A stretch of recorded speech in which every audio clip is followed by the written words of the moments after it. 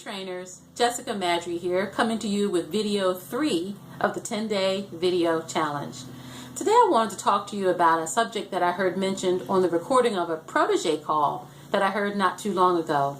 This particular call was all about sales habits. What are your sales habits?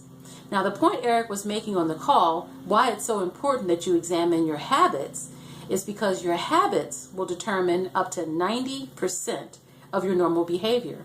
Your habits are what you do just on autopilot without even thinking about it. So, of course, if you have negative habits, then you're going to be doing negative things automatically without giving it any thought. Of course, if you have positive habits, then you'll be doing those things just on autopilot as well. Now, there were a couple areas that Eric mentioned for you to examine as far as your habits. For example, what are your habits about asking for referrals?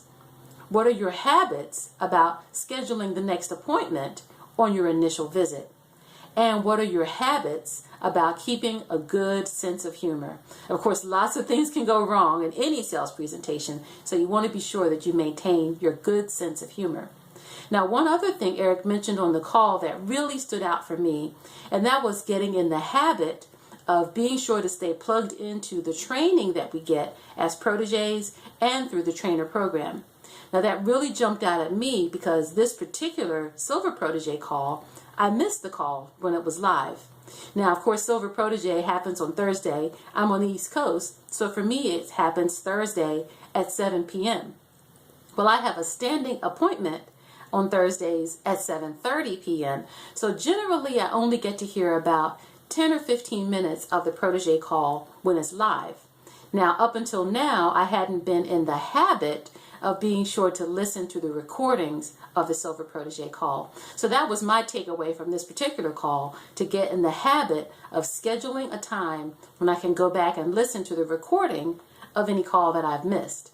So that's my tip for all of you, to go back and look at your habits. What are your sales habits? See what negative habits you might want to re-examine, and see what positive habits you have that you can build on. I'm sure if you do that, you're going to start seeing even better results in your life and in your business.